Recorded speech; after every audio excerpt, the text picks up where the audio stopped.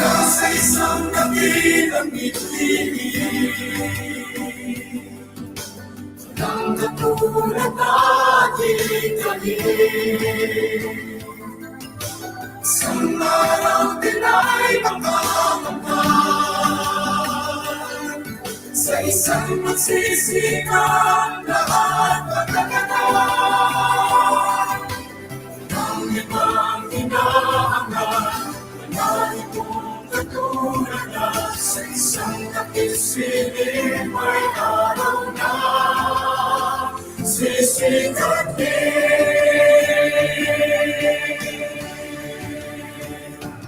Aking iiwan ang ipapabilin, ang batong pag-asa ay muling tatanawin. Among tawag ang ako'y aking makakamtan, pustos ang pagsisigaw, bumubuo isang pangalan.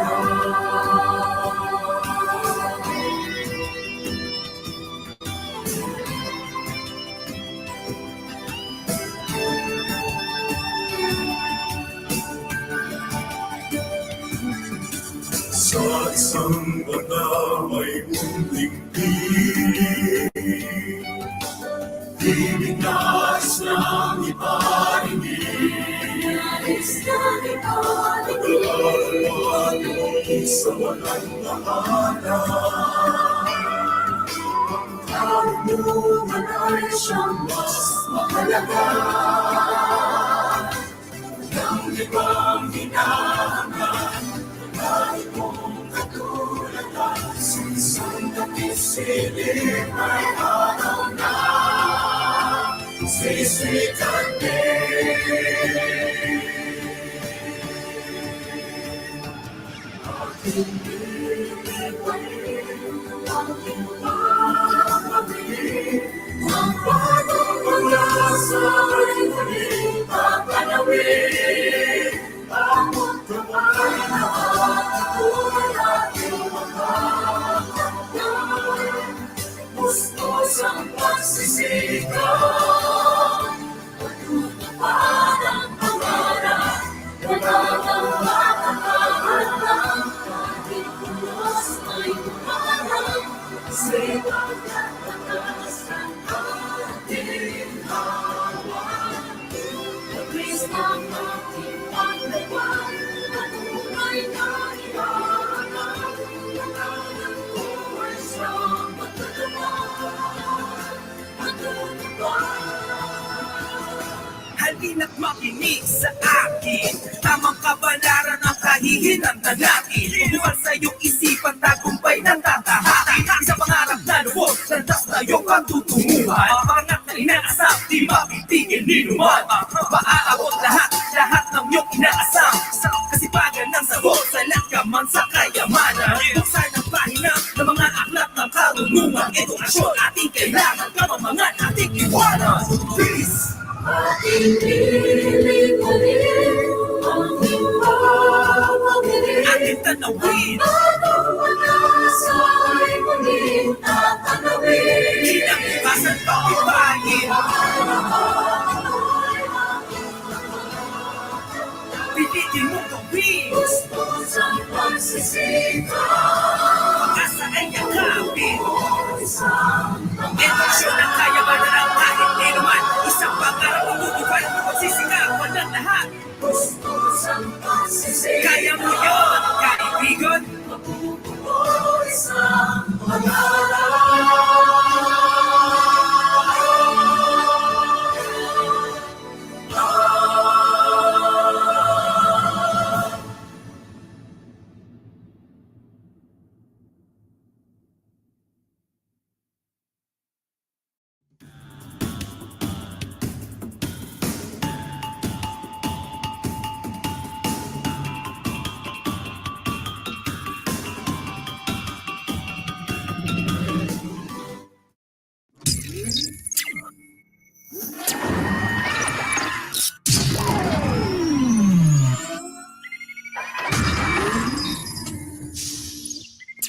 The unseen enemy crept like a thief in the night, smizing cunningly at people in their sleep, and one morning took hostage of humanity by surprise as the coronavirus pandemic continues to spread its ferocious rampage the world over.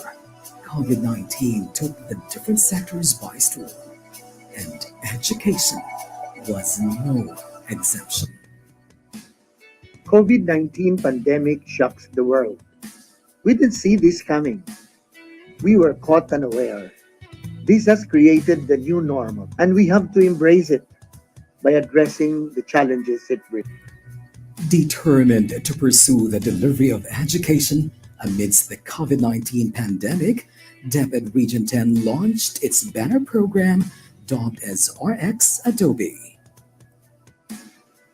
The Department of Education, Northern Regional, has crafted its learning continuity plans under the banner program RX Adobe, which stands for Region 10 Alternative Delivery of Basic Education. It underscores the alternative delivery modes under the remote teaching and learning. The 14 schools division offices of the region have crafted the learning continuity plans anchored on RX Adobe. Always ready for education emergencies, DepEd Region 10 will continue its tradition of excellence in delivering its services anchored on the department's Sulong Educalidad program. As we pivot from access to quality, we have to consider a well-developed curriculum, improved learning environment, upskilled teachers, and take into consideration responsive multi-stakeholders cooperation. All these and more are under the program Sulong Educalidad. But on top of this all, still health and safety are the number one concerns of the Department of Education, especially at this time of pandemic. Serving with heart. Leading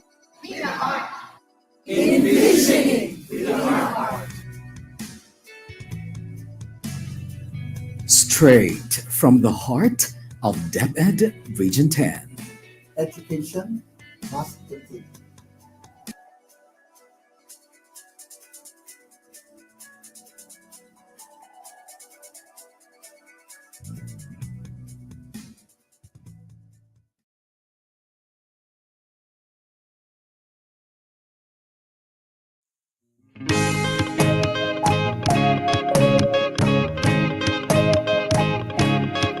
Amihan ng Mindanao, pagkahiusan na paibabaw. BigaTEN DepEd, pagpadayon sa edukasyon, mao'y tumong nga maangkon. BigaTEN DepEd, DepEd Northern Mindanao, for the learners then and now, we're always here to serve you no matter how. Pangarap natin abutin, pagsisikapan nating kamtin, kalidad na edukasyon para sa bata, para sa bansa. Kauban, kasaligan, kadampan, kadeped. Kauban, kasaligan, kadampan, kadeped. Ambihan ng Mindanao, DepEd Northern Mindanao. Ambihan ng Mindanao, pagkahiusan ng paibabaw. BigaTEN DepEd, pagpadayon sa edukasyon, mao'y tumong nga maangkon.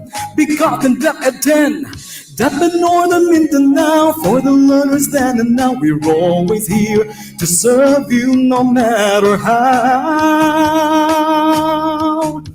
Pangarap natin abutin, pagsisikapan nating kamtin, kalidad na edukasyon para sa bata, para sa bansa. DepEd Northern Mindanao, ambihan ng Mindanao. BigaTEN DepEd, BigaTEN DepEd.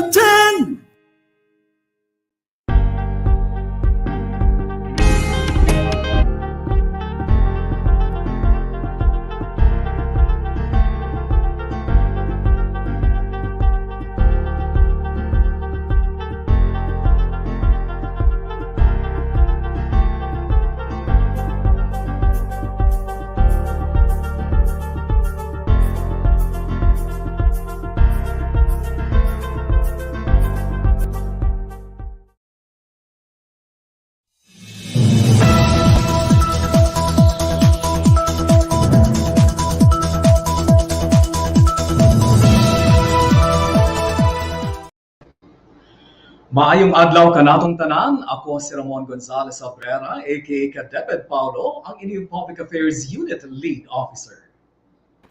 Ug ako usab si Candice Racoma, ang inyong rakista abogada aka ka-DepEd Rada. Kami ang inyong kauban, Kasaligan, kadangpan, ka-DepEd sa BigaTEN DepEd. Atin to. Partner. Tuesday na naman po mga ka-DepEd at partner. Siyempre, ano pa nga ba? It's our Choose 10 habit. Ngayon po ay ika-10 ng Mayo. Partner, ano ba ang ganap natin sa ngayon? Ngayon partner, tayong lahat ay nagmumultitasking pati ikaw. Kasi habang nagbibigatin tayo ngayon sa kabilang mga computers natin at sa buong Public Affairs Unit at Legal Unit, ay kasama pa rin tayo sa Regional Election Task Force para sa ating 2022 National and Local Elections. At kasalukuyang nagmumonitor pa rin tayo kasama ang ating 14 schools, divisions, offices sa pamumuno ng kanilang mga respective election task forces partner kasi kasalukuyang pa tayong nagbibilangan para sa ating halalan partner. Ayan, partner, thank you nga pala ha sa mga favors. anyway, partner, habang patuloy pa rin ang pagbibilang ng mga boto, tuloy naman ang ating ratsada dito sa ating programa tuwing Martes. At ngayon nga po ay tampok natin ang isa sa ating mga sangay upang ibahagi sa atin ang iba't ibang kaganapan, lalong-lalo na sa kanilang pagpapatupad ng expanded face-to-face classes dahil dito sa Kagawaran ng Edukasyon Region 10. Partner! Tuloy na tuloy ang edukasyon at eduaksyon sa bagong ngayon. Ito ang BigaTEN DepEd. Atin to. Atin to.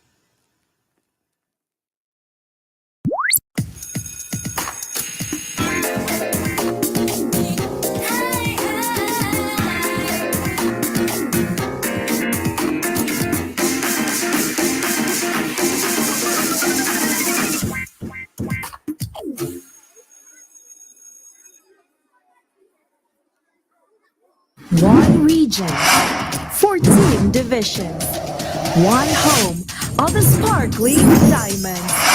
This is the division of Ozamiz City.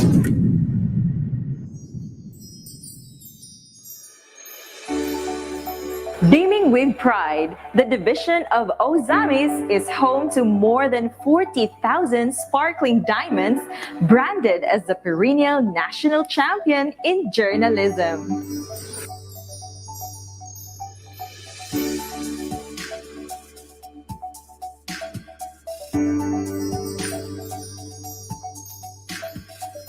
Internationally acclaimed young mathematicians,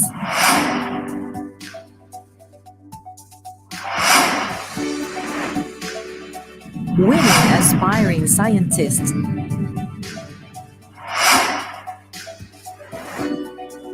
and entrepreneurs.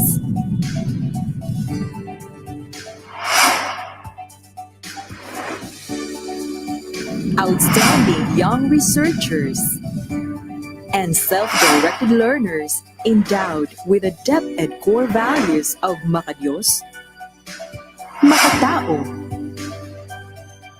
makakalikasan, and makabansa.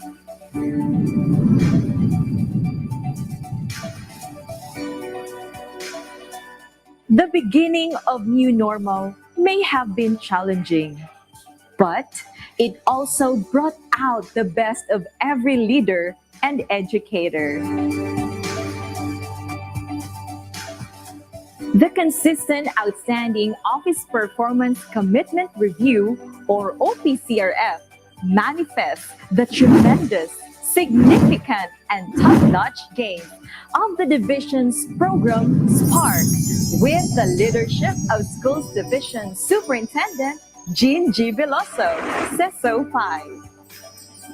With our flagship program Spark, or Safe and Proactive Adjustments Third Quality Education, we do not just survive, but we thrive in translating sulong edukalidad into quality learning among our learners, our Ozamiz diamonds, while striking a balance between safety and learning continuity, in collaboration with our internal and external stakeholders, and with God's grace, we believe that together we can do better.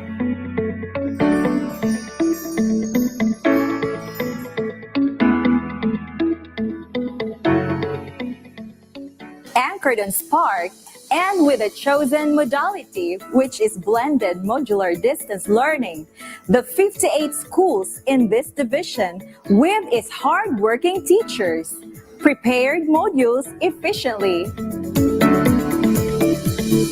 and distributed modules diligently.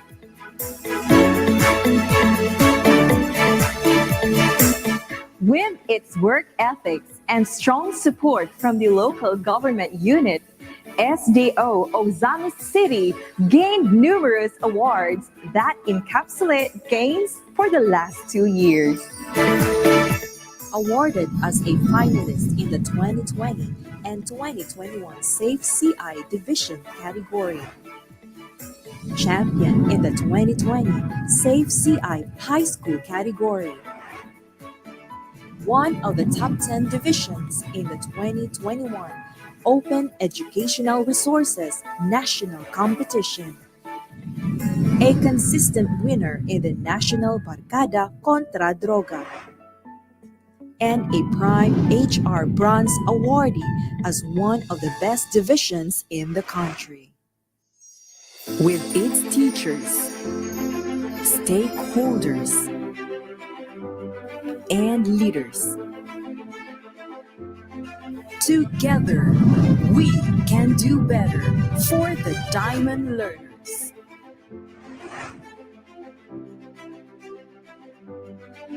This is the division of Ozamiz City, Sparkle Ozamiz Diamonds. Programs and projects essence, we see the banner of excellence. Spark, Ozamiz City, we thrive and do things proactively. It's programs and projects essence, we see the banner of excellence. This is Ozamiz, Spark, Spark, Spark. This is Ozamiz, Spark Ozamiz City.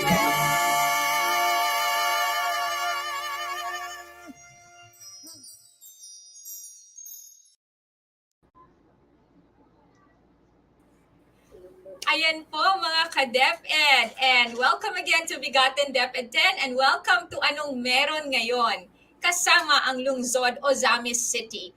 Magandang umaga po, Mr. L. June S. Abukay. Kasama natin ngayon si Sir June L. June na ang Planning Officer 3 ng DepEd Ozamiz. Welcome to BigaTEN DepEd 10, sir.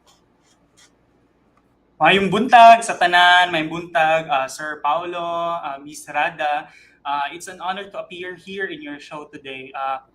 First, I would like to thank Superintendent Jean G. Veloso for giving me this opportunity.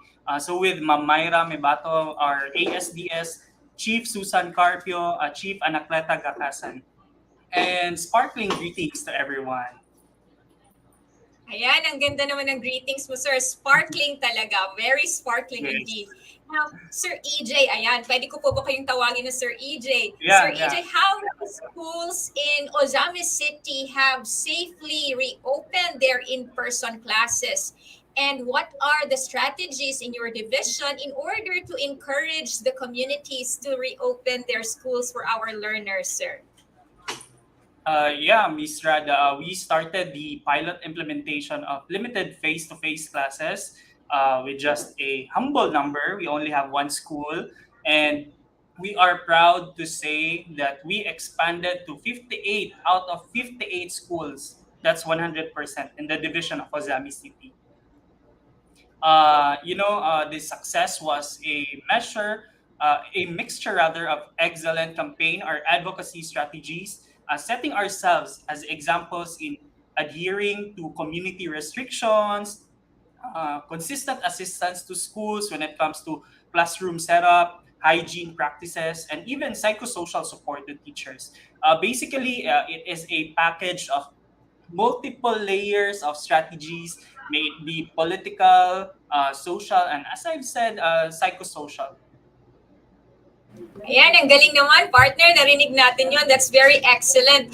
Now, Sir EJ, I was caught by the psychosocial support that you have extended, and I think it is quite unique rather in Ozamiz City.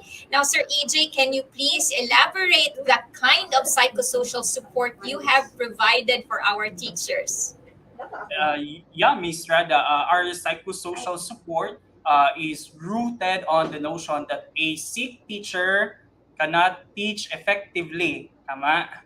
Therefore, we laid our strategies on how we can help those teachers who contracted COVID, those teachers whose family members contracted COVID, those teachers who lost their loved ones, and even those teachers who are already afraid to come out of their houses, those teachers who suffer from anxiety. So, the pandemic must have been an awful experience to everyone. But you know what, Ms. Rada, the division office, the schools division of Ozamiz City, we walked with our teachers in their journey.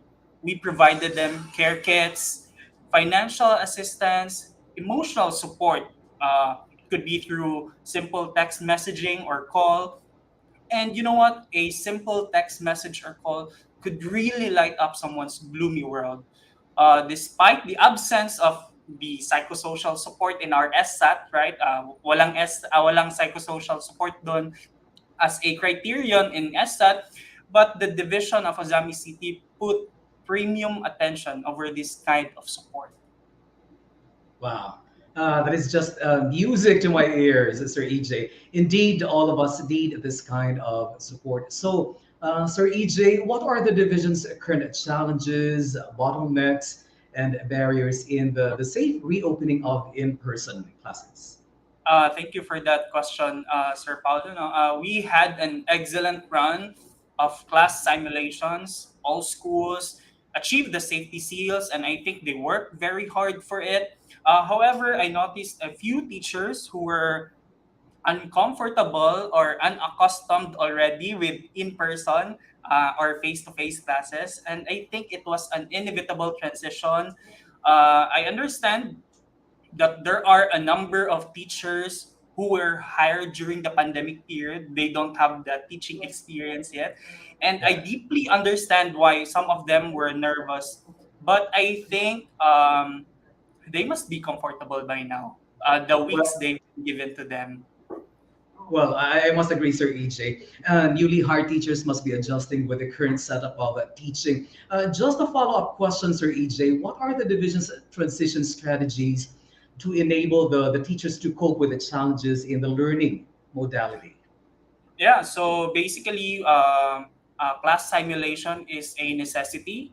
It is an avenue for both learners and teachers to be familiar with their social environment. You know what, Paolo? It's not just about imposing the right hand washing technique. It's not just about sanitizing our desks, wearing our face mask all the time, but it's also about understanding that the campus is a psychologically safe space for everyone. Thus, we really try to minimize class observations because we know at the moment teachers need ample time to cope with the new learning landscape. Ayan po, maraming salamat po, Sir EJ. Now, bago ko pakawalan si Sir EJ, pasensya na Sir EJ, pasensya na mga ka-DepEd, pasensya na partner. Alam kong nakikita niyo ako na ang dami-dami kong ginagawa dito, partner. Reports are coming in from our election task forces, partner. Kaya medyo busy tayo ngayon. Ano bang update, partner? Anyway, May Sir updates ba? EJ, the Division Planning Officer of the Division of Ozamiz City. Maraming salamat po. Thank And after you. this, we are heading to the school level. So, panoorin po muna natin ito. Amid the challenges and uncertainties of face-to-face classes brought by coronavirus disease, Labinay National High School stands with the thrust of the Department of Education to continue education the safest possible way. The school is situated at Porocuno, Barangay Labinay, a rural community in Ozamiz City. Being one of the farthest schools from the city, Labinay National High School faces problems that halt school activities and shift learning modalities. Distance of learners, internet connectivity, learners' academic performance, reading comprehension, and parents' participation are on top of the school's difficulties. The unpredictable plot twist in the education system brought by COVID-19 pandemic resulted to a steeper dilemma in the education sector. Labinay National High School pivots towards attaining quality education. Amid the challenges and uncertainties, the school proactively crafted innovations and initiated programs, projects, and activities. Capturing the community focus of the school where members work collaboratively and harmoniously for the learner's sake, the spirit of bayanihan dawned upon us. Labinay National High School complements DepEd efforts in curriculum and instruction. The school centered its programs, projects, and activities on curriculum enhancement, improvement of learning environment, teacher training and upskilling, and engagement of stakeholders for support and collaboration. Being adaptive to the current education landscape and responsive to the needs of our learners, Labinay National High School has achieved the following.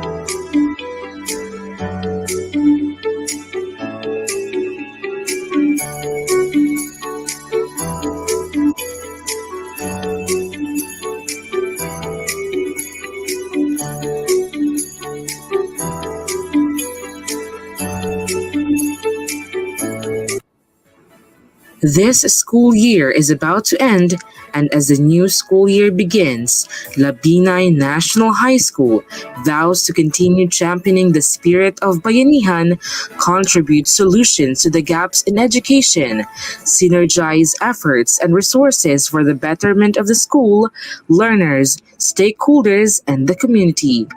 Highlighting the school and community's collective efforts, Labinay National High School continues to serve and believe that, together, we can do better.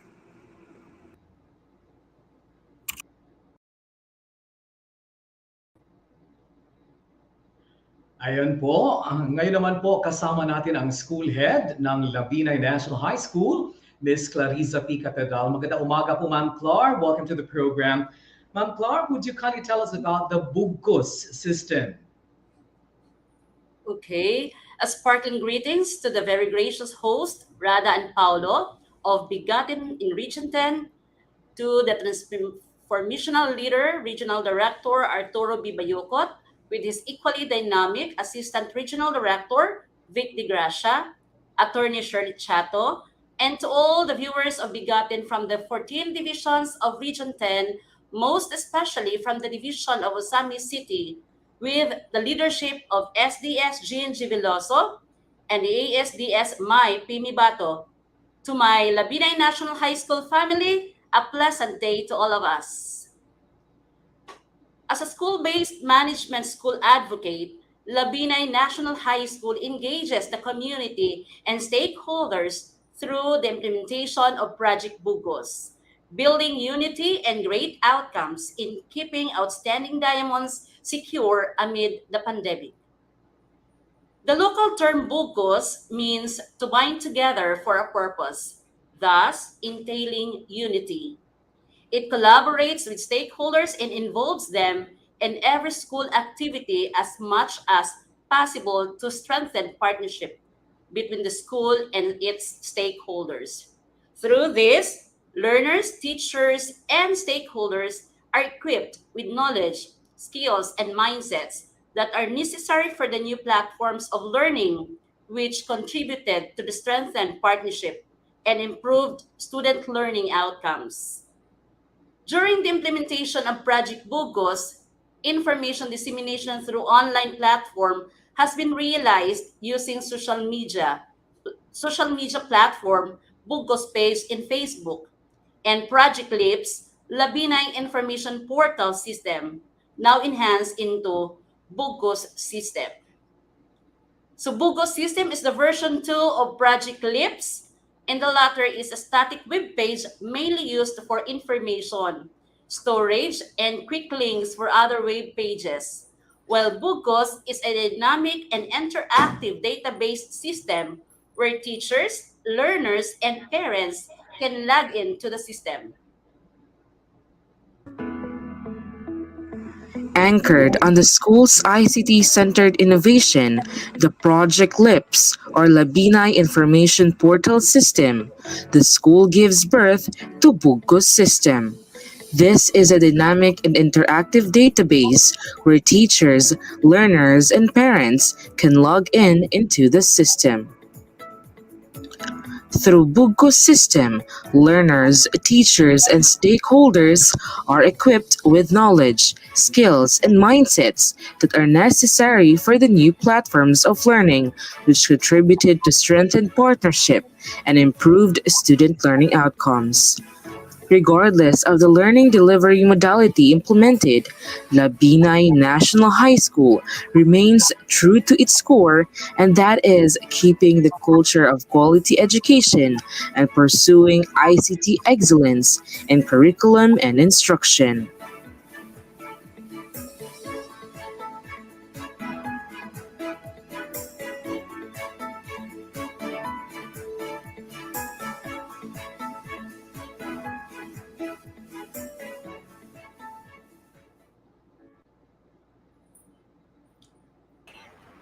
Ayan, partner, nakita naman natin yung video na yon. At kagaya ko, I know everyone is truly amazed, Ma'am Clar, with your technology-driven innovation. However po, I am curious about how the system carries out the goals and objectives of Bugos. Yes, Ma'am Rada. If there is a virtual classroom, Bugos is a virtual school. The system has human resource management, database of personnel, online attendance, online leave application, online chat communication, and we have also the inventory management system where database of downloadable self-learning modules, OERs, and others. We have also the financial management where MOOE disbursement summary, donations, and others. We have also our front office management, the visitors log, phone calls, and others. We have also our library management or the inventory of books, the borrowers, and ebooks. Class management for database of learners according to grade level and sections, class schedules, examinations, and grades. And for stakeholder support system, we have the database of guardians and parents with online chat for information and queries, online suggestions and complaint. We have also the transport schedule in collaboration with Barangay LGU to support Project Tukod. Aside from the database system, Bugos inspired with Project Lips has front-end pages for public pages where school activities, programs, and projects and quick links for external resources are showcased. Ayun So, po. yeah. Yes, ma'am.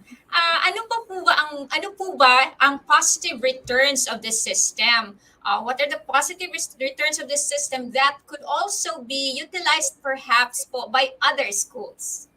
Okay. The school-based management goal is to improve education by transferring significant decision-making authority from the central office to individual schools. The BUGO system has the database of information readily available to provide school leaders, teachers, students, and parents greater control over the education process by giving them the responsibility for decisions about the budget, personnel, and the curriculum. Aside from the pulling hard copies of information stored in one place, with this one-stop shop system, other schools may benefit when properly implemented. Yeah, that's right, Ma'am Clark. I couldn't agree more. Definitely, the way I look at it, Bugkos is a great help to our teachers, particularly on decision making. Now, Ma'am Clark, how will this innovation affect a change or contribute to the students of learning? And why should one choose to log into the Bugkos system instead of using other interactive websites? Yes, Sir Pao.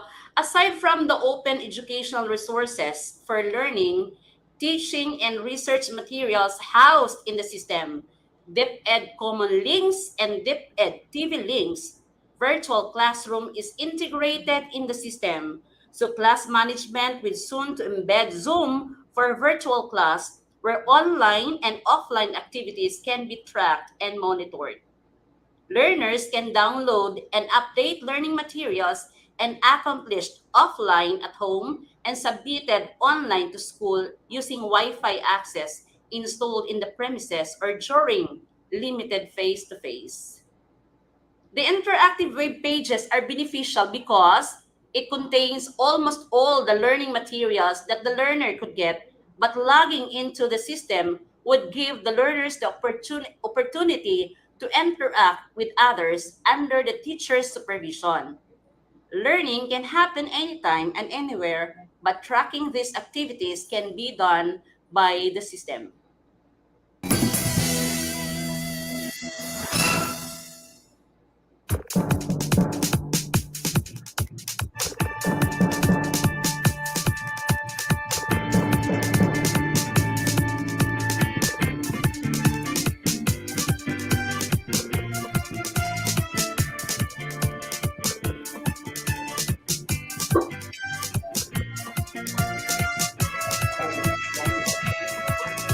Smart, savvy, seated, driving through things proactively. It's programs and projects essence, raising the banner of excellence. Smart, savvy, seated, driving through things proactively. It's programs and projects essence, raising the banner of excellence. Education leaders out showing the way, parents, teachers in harmony, serving diamonds up the Pongo Bay. Quality learning is the priority. Smart, savvy, seated, we're driving through this proactively. It's programs and projects essence, raising the banner of excellence. Safe and proactive adjustments towards relevant quality education. Oh, smart, the needs commitment, strengthening DepEd's foundation.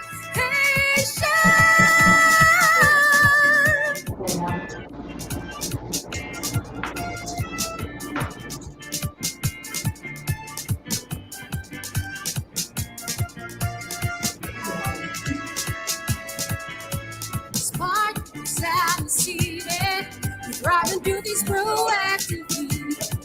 It's programs and projects essence, raising the banner of excellence. Together we can do things better, keeping the sparkle of every learner. Forward we continue moving with enthusiasm and service.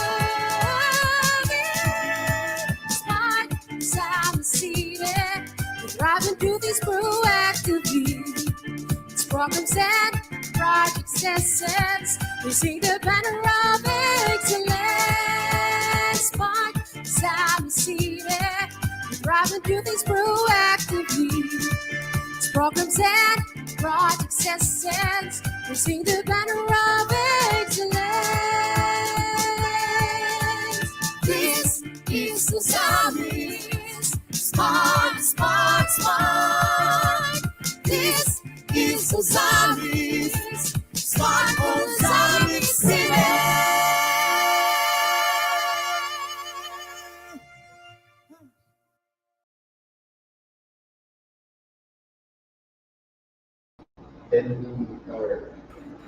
Alright mga ka-DepEd, ladies and gentlemen, partner, hindi ka ba napasayaw doon sa music video na yon?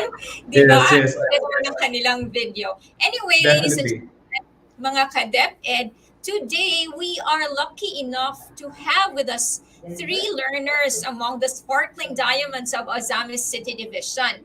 We start off with the SSG president of the biggest high school in Ozamiz. We have from Ozamiz City National High School, we have Isabella Cassandra Ratilla.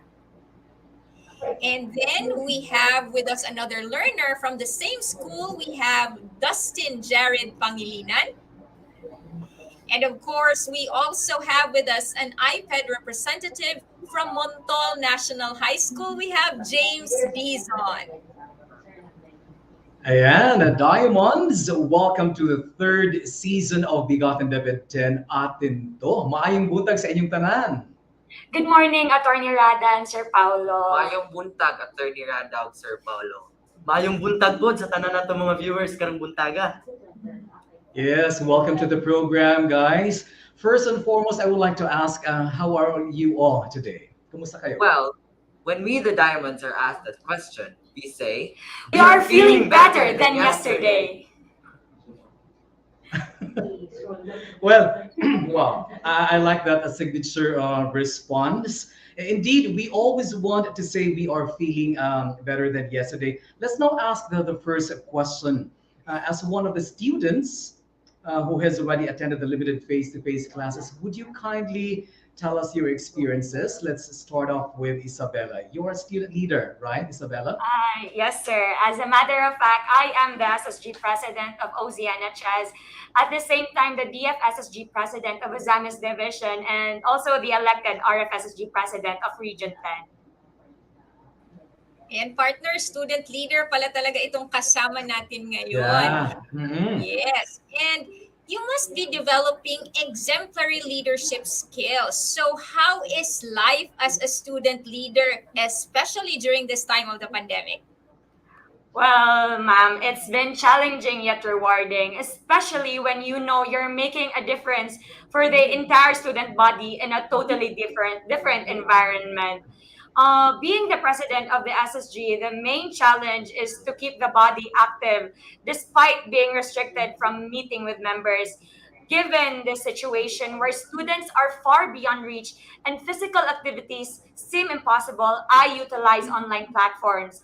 These avenues help me send updates, announcements, and concerns throughout my term. We use Google Meet or Zoom for online meetings. I research on fun online activities we could do and many more. You know, making things possible even when everything seems impossible. But I have to admit that sometimes I tend to overdo myself. I put pressure on myself because I know everyone is counting on me. So I always remind myself about the pieces of advice given by my fellow student leaders. They tell me, you were a student and a human being before you became an immortal leader. Your mental health and your academe should still take precedence. Ayan, tama nga naman. And obviously, Isabella, you successfully manage your times. Look at you now. You appear so blooming and blossoming. It's inspiring to know that despite your heavy responsibility, you still live in an optimistic life where stress has no place to reside. Now, how about you, James? How was your life like as a student for the past 2 years? Honestly, sir, ma'am, naging challenging siya. Ngunit naging masaya pa rin naman ako. Challenging dahil sa mga hamong gaya ng unstable internet connection, at limitadong budget. But despite all this, nagawan ko pa rin ito ng paraan para masagot lahat at para maging isang independent learner na kayang mag-cope sa mga pagbabagong dala ng pandemya. Ngunit, hindi may pagkakaila na sa gitna ng pag-aaral sa pamamagitan ng modular learning modality, ninanais ko pa rin na maibalik sa dating normal na paraan ang pag-aaral at pagkatuto. Ayan, o di ba? Nagsisimula na at talagang magpapatuloy na ang face-to-face classes. Let's claim it, mga ka-DepEd. Positive lang tayo palagi, sabi nga ni Isabella. Thank you, Isabella and James. Anyway, in the past 2 years, many questions were raised as to the effectiveness of the modular instruction. So now let's listen to the learner's perspective about it. So Dustin, as a student, what are your experiences, especially in terms of learning through the modular instruction naman? Well, Sir Paulo, I think most of the learners would agree with my answer. If I were to compare the effectiveness of modular instruction with the face-to-face classes, the latter is undeniably much more effective. You know, that moment, that time when you're answering your modules and your teacher is physically present. The teacher can correct you right there and then in case you misunderstand something. The teacher's response or queries will be addressed immediately. Though in modular learning, yes, my parents are there, my mother is there, but it's different when you ask about highly specialized topics like the law of gravitational force from a science teacher, right? I mean, I love you, mom, but I need you, mom. Kidding aside, modular instruction still works because teachers are still within reach despite the distance. But face-to-face classes are just irreplaceable. That's all. Ayun, galing talaga sa ating mga learners yan, partner. That's why DepEd has been doing its best to reopen schools. Actually, all schools to be exact. And now it's coming true. Now, how about you, Isabella? Do you agree with Dustin?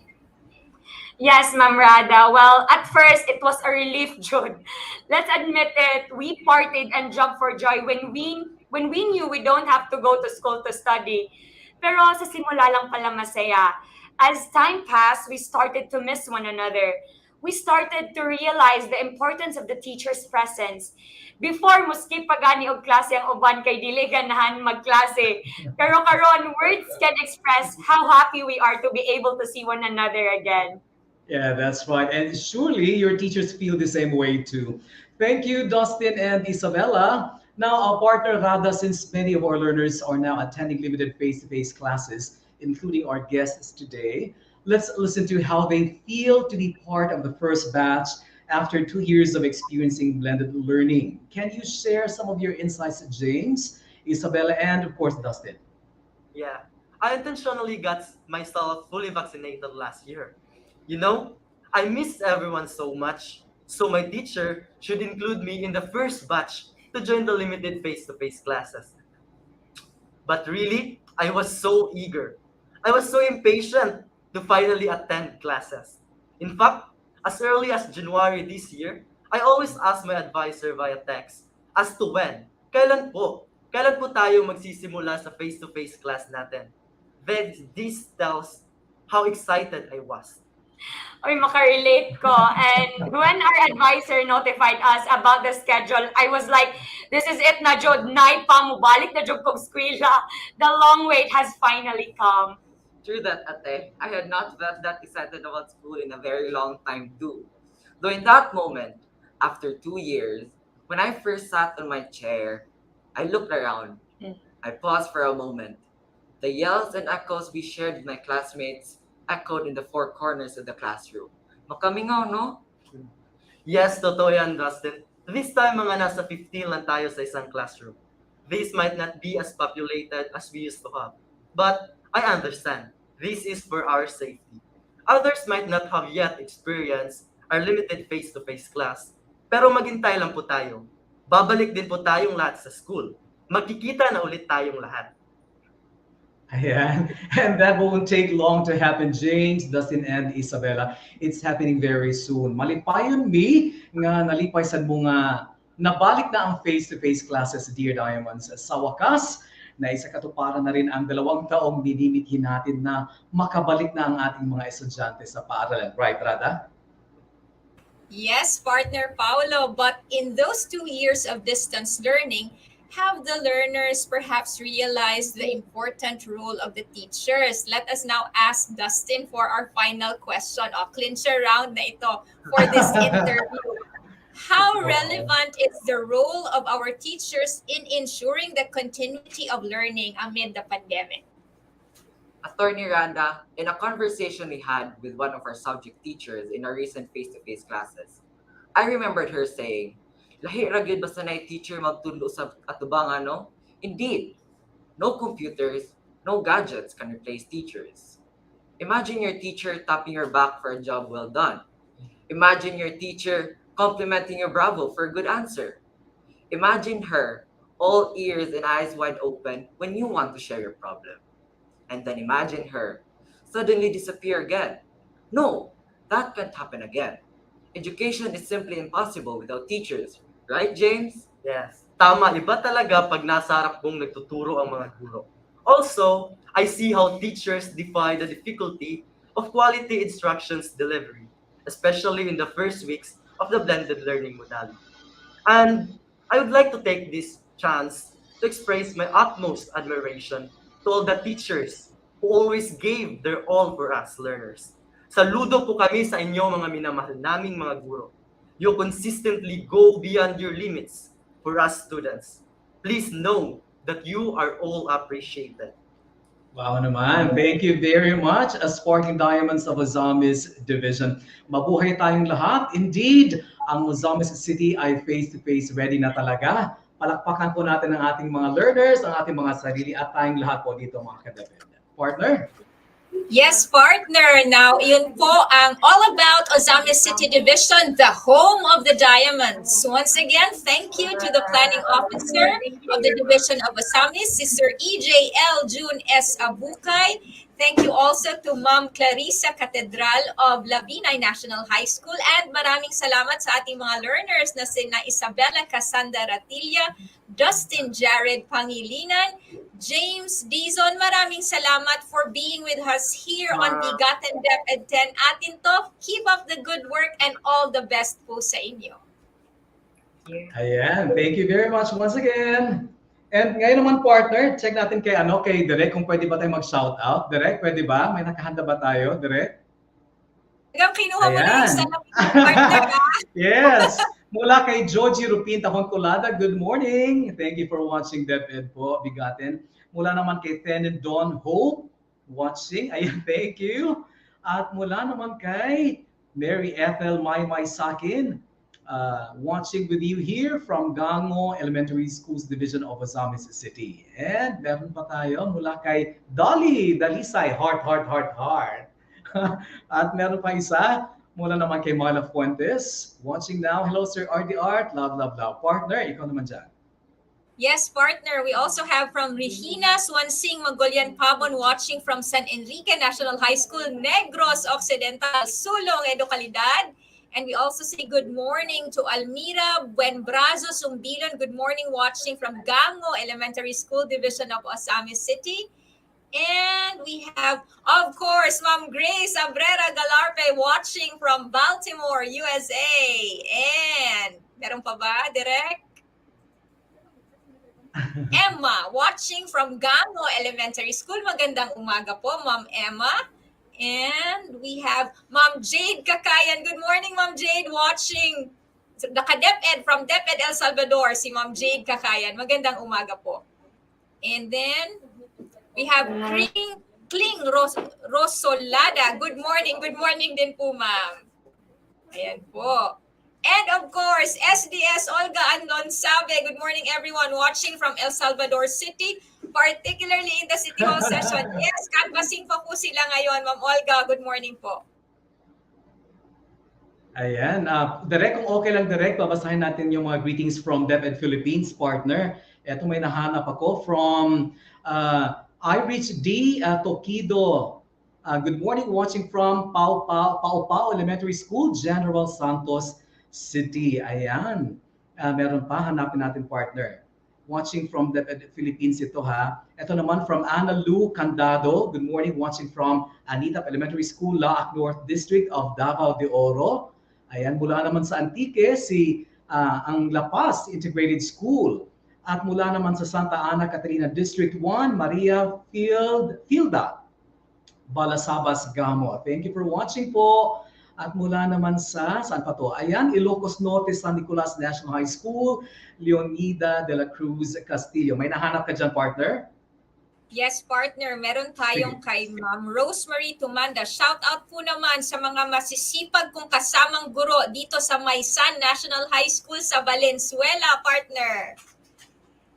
And, nabasa mo na ba yung kanina, partner? Hindi ko nabasa. Meron ito, partner, from Bayugan City, si Roda Bacon Epino. Thank you for watching. From Panabo City Division, Mary Ann Revilla, at mula naman sa Lipa City, good morning from Baby Jean Mercado. At mula naman sa SDO Oriental Mindoro, we have Jerome de la Cruz. Actually, partner, marami pa yan sila. So maraming salamat po for watching BigaTEN DepEd 10 atin to. Ayan, siguro diretso na tayo sa ating BigaTENtion, BigaTendence.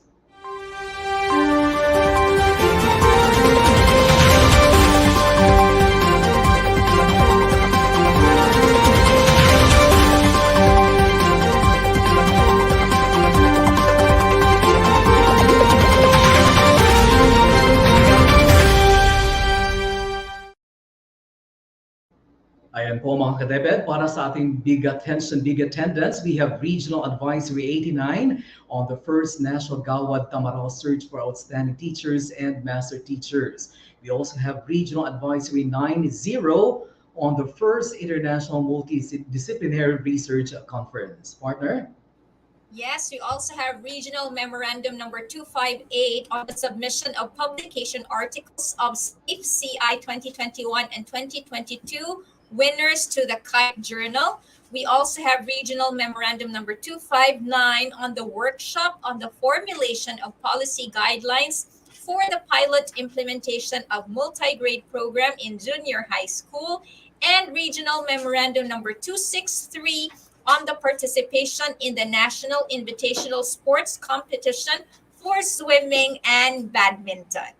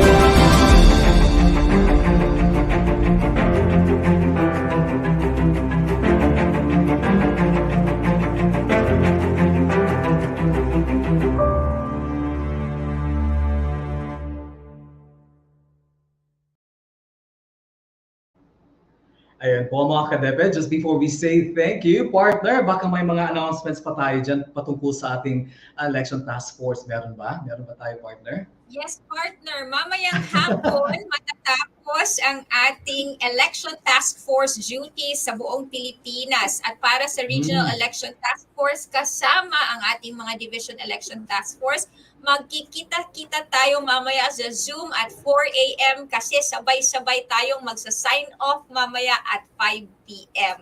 Nandun na po sa ating group chat ang ating link para sa Zoom meeting mamayang alas 4 ng hapon. Akala ko, partner, 4 a.m. ha? Kasi parang ang dinig ko 4 a.m. 4 p.m. pala. PM naman naman, partner. Anyway, sige, partner. Thank you very much once again, partner, for the favors. Finally, mga ka-DepEd, we say thank you to the following for making every episode of BigaTEN DepEd possible. Of course, our very own Regional Director, Dr. Arturo B. Bayok at CESU 3, our Assistant Regional Director, Dr. Victor G. De Gracia Jr., CESU 5.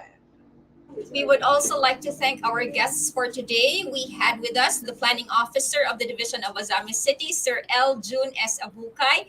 Thank you also to Ms. Clarissa Catedral of Labinay National High School.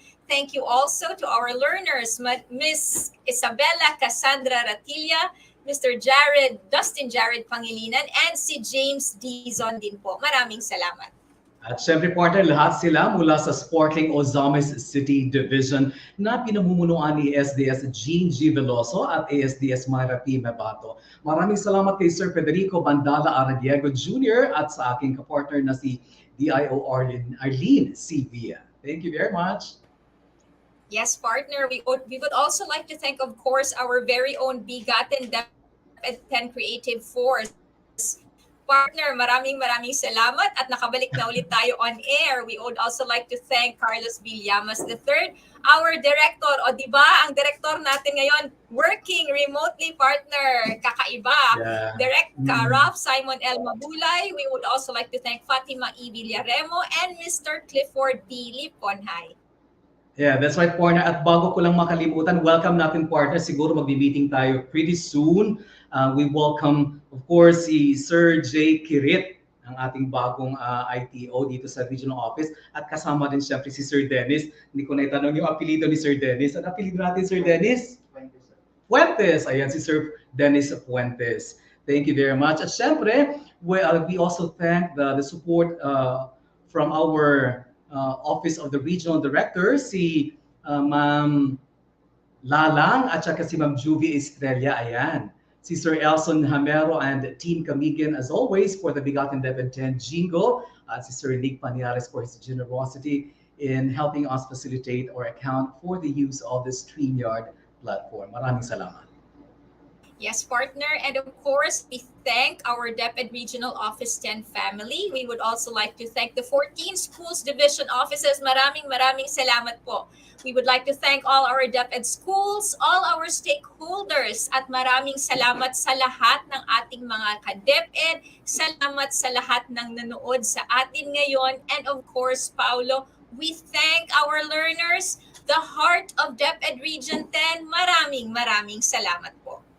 Yeah, that's right. And partner, maaga tayong natapos ngayon kasi alam ko marami ka pang gagawin, di ba? Siyempre, pinangungunahan mo ang election task force natin dito sa region, di ba? Anyway, kita-kits sa sunod simana, kauban ang Division of El Salvador City para sa lain ng usab edisyon sa BigaTEN DepEd 10. Let's make BigaTEN DepEd 10 our Tuesday habit. Ug din hinatapos ang atong ika-47 nga edisyon sa BigaTEN DepEd 10 Season 3 atin to. Ako si Ramon Gonzalez Abrera Jr., aka ka-DepEd Paulo, ang inyong Public Affairs Unit Lead Officer. Taliwala sa mga pagsulay, ang among pag-alagad kanunay. Ug ako usab si Candice Racoma, ang inyong rakista abogada, aka ka-DepEd Rada. Usab nagaingon sa DepEd Amihan ng Mindanao, nagkahiusang pag-alagad, nagpatibabaw. Sa gihapon, kami ang inyong kauban. Kasaligan. Kadangpan. Siyempre, ka-DepEd.